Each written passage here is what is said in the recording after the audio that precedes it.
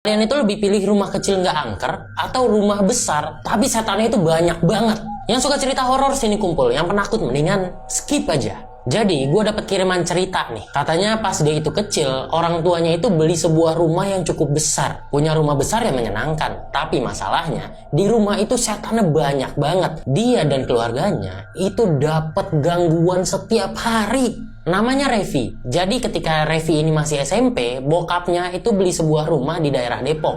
Luasnya itu sekitar 300 meter. Besar kan tuh rumah 300 meter. Tapi masalahnya, dia itu keluarganya cuma 3. Revi dan cuma kedua orang tuanya. Ya walaupun sebenarnya masih ada 2 pekerjanya di situ. Tapi 5 orang di dalam rumah 300 meter, itu kan buset, gede banget. Jadi sepi banget lah kata si Revi.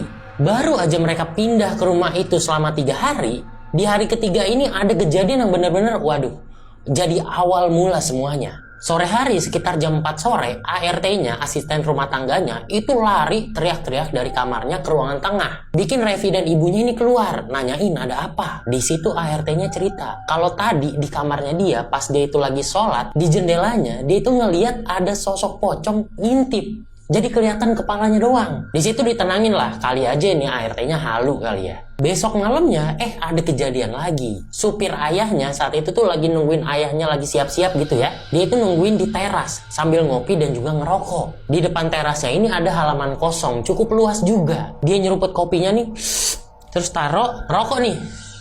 Pas lagi pengen ngopi lagi, lah kok gelasnya hilang? Dia ngelihat ke sekeliling nih. Siapa yang ngambil? Pas dia ngeliat ke sana nih, ke pojokan di dekat garasinya, ada seorang kakek-kakek lagi jongkok sambil nyeruput kopinya dia tuh. Dideketin lah nih sama supirnya, pengen ditanya ini siapa nih?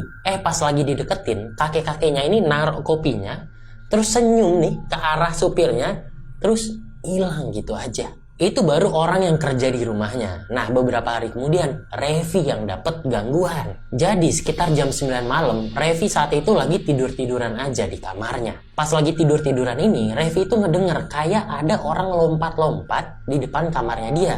Revi pengen ngecek, tapi si Revi itu keingetan sama cerita ART-nya yang ngelihat pocong. Akhirnya dia nggak berani buka pintu. Tapi si Revi ini malah ngelihat lewat celah bawah pintunya. Kalian tahu kan adalah celah segini nih.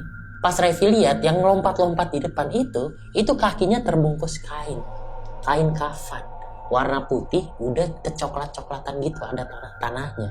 Yang berarti yang lompat di depannya itu adalah pocong.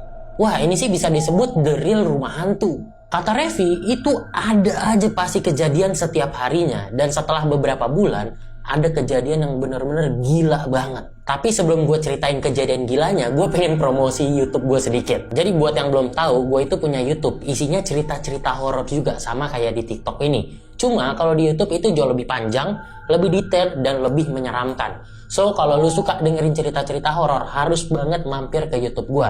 Di sana udah banyak banget cerita-cerita horor yang gue upload. Oke, setelah nonton video ini, mampir ke YouTube gue. Lanjut. Jadi beberapa